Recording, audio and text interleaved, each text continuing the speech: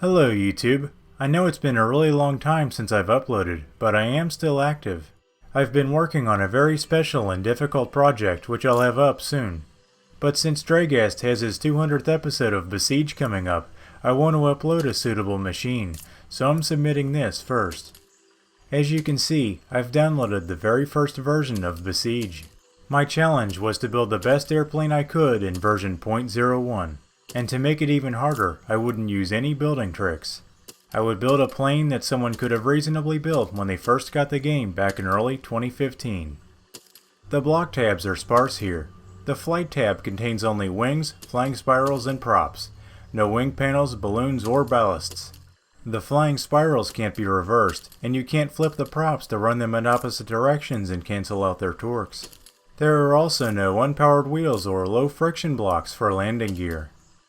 Despite these limitations, I believe I made a plane you guys will enjoy. I call the result of this challenge, Plain Vanilla. Since I actually built this plane in version 0.01, and it works in all versions of the physics engine, it can be used in any version of Besiege.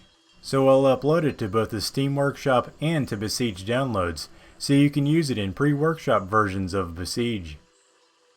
I think Dragast will like this because he's always looking for user-friendly aircraft. It'll also be a nice throwback for him to show how far Besiege has come over the years. In a moment I'll take Plain Vanilla on its maiden flight, then move on to other fun missions. This plane uses an unconventional control scheme.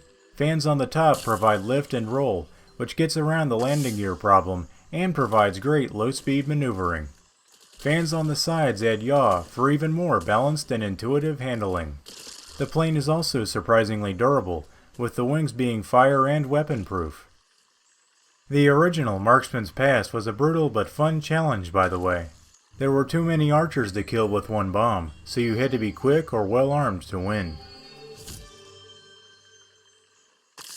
Without the added attachment points of wing panels, it was hard to add power without also adding a lot of weight. But the 3 forward fans are enough to pull this lightweight design straight up, so you don't have to worry about stalling.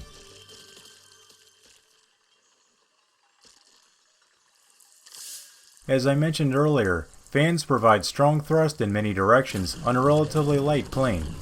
This is not only good for low-speed control, but also for maintaining flight with extensive damage. The plane loses both wings on one side almost right away, yet still flies fine. Then it loses a tail fin, and it still makes it to the last freighter with no problem. At the end, it barely resembles an aircraft, yet it's still controllable. I'm going to end this video with a couple of Sade's maps, which I'll link below. This is Dubai Search and Rescue, specifically the Recon mission. Plain Vanilla's powered pitch and yaw not only give it sharp, low-speed turning, but also come in handy when squeezing through tight spaces. This, combined with its toughness, make it a nice plane for obstacle courses, or just flying around and checking out the scenery of new maps.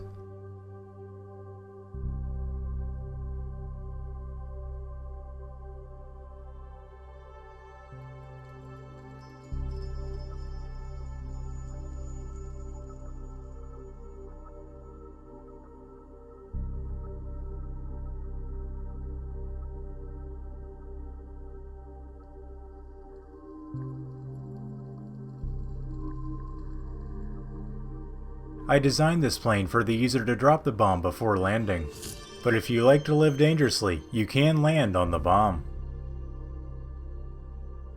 I made Plain Vanilla a bomber so it could beat all 15 zones of Ypsilon, but you can also replace the bomb with a cannon if you want.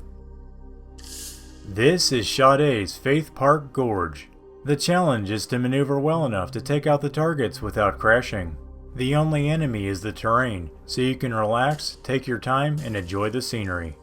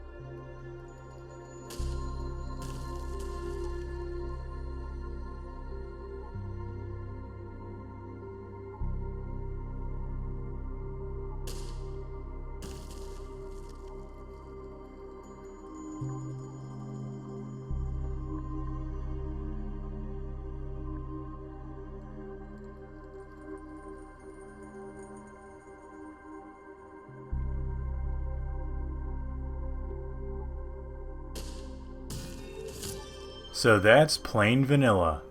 Please take it for a test flight at the links below. Have fun.